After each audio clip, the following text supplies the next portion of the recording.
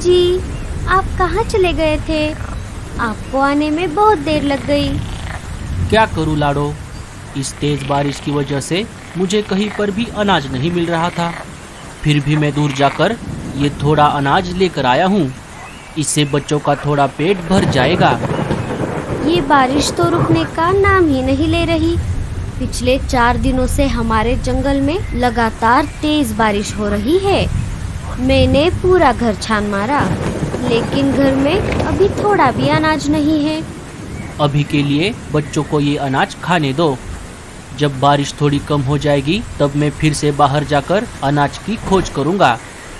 बल्लू जो अनाज लेकर आया था, बच्चे उस अनाज को खाने लगे। थोड़ी ही देर में सारा अनाज खत्म हो गया। मम्मी, मुझे और अनाज चाहिए। मुझे बहुत भूख लगी है। हाँ मम्मी, मुझे भी।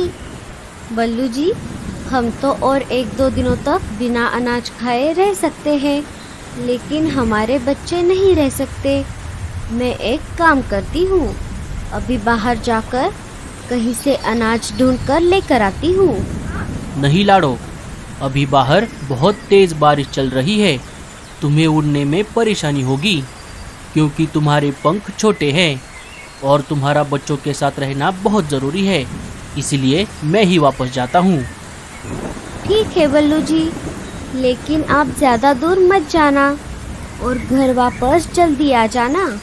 मुझे और बच्चों को अकेले घर में डर लगता है। और हाँ, इस तेज बारिश में शिकारी पंछी शिकार की तलाश में घूमते रहते हैं, इसीलिए आप सतर्क रहना। हाँ लाडो, मैं मेरा ध्यान रखूँगा। चलो, अब मैं चलता हूँ। बल्लू अपने घर से निकल पड़ता है। हे ऊपर वाले, मेरे पति की रक्षा करना। मम्मी, मुझे बहुत डर लग रहा है। डरो मत बेटा, मैं हूँ ना तुम्हारे पास। मम्मी, मुझे बहुत भूख लगी है। लाडो ने घर में फिर से तलाश की। तभी उसे एक डिब्बे में थोड़ा सा अनाज मिल गया। ये लो बच्चों, मुझे डिब्बे में थोड़ा अनाज मिला है। पापा के आने तक आप इसे खा लो। बच्चे अनाज खाने लगे। मम्मी, आप नहीं खाओगी? आप भी हमारे साथ थोड़ा खाओ ना। नहीं बेटा, आप खा लो, मैं पापा के वापस आने के बाद खा लूंगी। बारिश और तूफान इतना तेज था कि उसमें लाडो का घोंसला जोर जोर से हिल रहा था।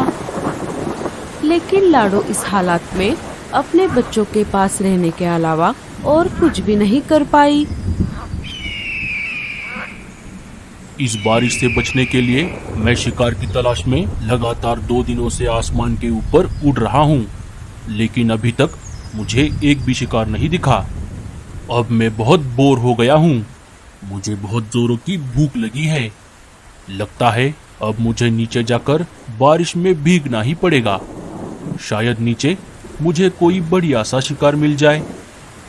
भजिया गर्मा गरम, भजिया गर्मा गरम, मैं तो खाऊंगी इनको गर्मा गरम।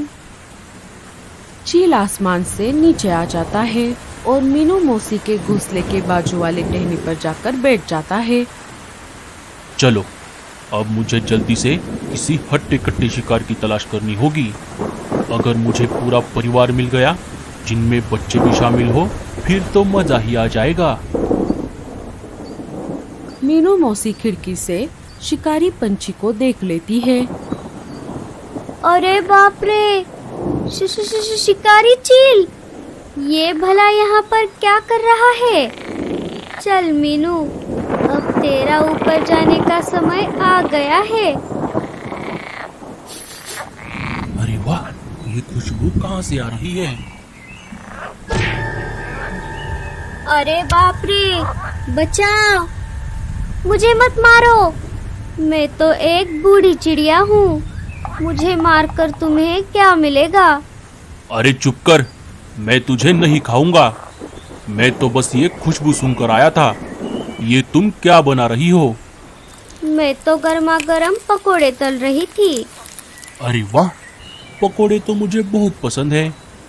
सुन रही बुढ़िया, अगर तू मुझे पकोड़े दे देगी तो मैं तुझे नहीं खाऊंगा।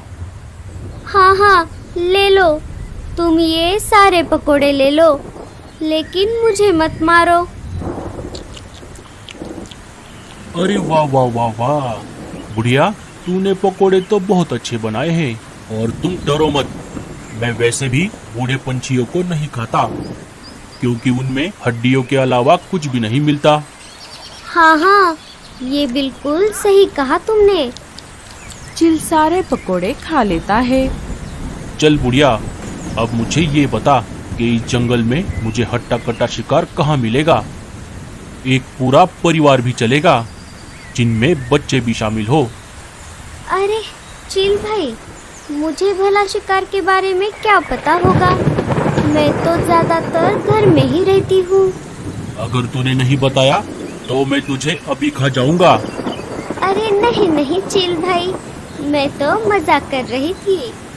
आप एक काम करो, यहाँ से सीधा आगे जाते ही आपको एक आम का पेड़ दिखेगा। वहाँ पर 2 घोंसले हैं, एक है कालू कौवे का और एक है रानो चिड़िया का। रानो अपने घोंसले में अकेली रहती है। आप उन दोनों घोंसलों में से किसी को भी खा सकते हो। छे, मैं कौवे का शिकार नहीं करता और उस अकेली चिड़िया को खाकर मेरा पेट नहीं भरेगा। तुम कोई ऐसा घोंसला बताओ जिनमें छोटे छोटे बच्चे भी हो, और जल्दी करो, मुझे बहुत भूख लगी है। अरे बाप रे, अब मैं क्या करूं?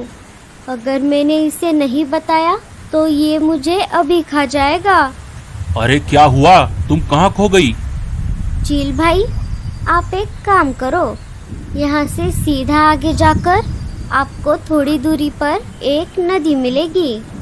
नदी को पार करते ही आपको वहाँ पर एक बरगद का पेड़ मिलेगा। उस पेड़ पर एक लाडो नाम के चिड़िया का घोंसला है। वो अपने पति और अपने 5 बच्चों के साथ वहाँ पर रहती है। उन्हें खाकर आपका पेट जरूर भर जाएगा चील भाई। हाँ, ये हुई ना बात। चलो, आज का बंदोबस्त तो हो गया। अब मैं चलता हूँ। तुमने मुझे पकोड़े खिलाए, इसके लिए तुम्हारा बहुत बहुत शुक्रिया। चील वहाँ से चला जाता है। अरे बाप रे, अब क्या होगा? मैंने तो उस चील को गलत पता दे दिया। लाडो का घोंसला तो दूसरी तरफ है। अगर वो वापस यहाँ पर आ गया तो वो मुझे नहीं छोड़ेगा। अब मुझे कैसे भी करके लाडो को ये बात बतानी होगी। मीनू मौसी वहाँ से लाडो के घर के तरफ निकल पड़ती है। इधर तेज तूफान और बारिश की वजह से लाडो का आधा घोंसला टूट जाता है और बारिश का पानी घोंसले के अंदर आने लगता है। अरे बाप रे, ये क्या हो गया? अब बारिश का पानी घोंसले के अंदर आ रहा है। अगर हम ऐसे ही भीगते रहे तो हम सब बीमार पड़ जाएंगे। मुझे बच्चों को लेकर घोंसले के बाहर जाना होगा। चलो बच्चों, हमें ये घोंसला छोड़ना होगा। लाडो और बच्चे घोंसले के बाहर आ जाते हैं। अरे मम्मी, वो देखो, लगता है ये घोंसला नीचे गिरने वाला है। बच्चे के ऐसा कहते ही घोंसला धड़ाम से नीचे गिर जाता है। अच्छा हुआ मम्मी, हम सब समय रहते बाहर आ गए, नहीं तो हम भी घोंसले के साथ साथ नीचे गिर जाते। मम्मी, अब हम इस तेज तूफान और बारिश में कहाँ जाएंगे? बच्चों, आप सब मेरे पीछे पीछे आ जाओ। मुझे हमें रहने के लिए एक अच्छी और सुरक्षित जगह पता है। वो घोंसला एक पेड़ के तने में बना हुआ है। वहाँ पर शिकारी पंछी भी नहीं आ सकते। बच्चे और लाडो वहाँ से निकल पड़ते हैं। उनके जाते ही मीनू मौसी वहाँ पर आ जाती है। अरे बाप रे, ये सब क्या हो गया? मैंने तो चील को गलत पता बताया था। लगता है चील ने उन्हें ढूंढ लिया और पकड़कर यहाँ से ले गया। ये सब मेरी वजह से हुआ है। लाडो, बच्चों, बल्लू, मुझे माफ कर दो। अब मेरा भी यहाँ पर रहना ठीक नहीं है। मैं मेरे पुराने घोंसले की तरफ भी नहीं जा सकती।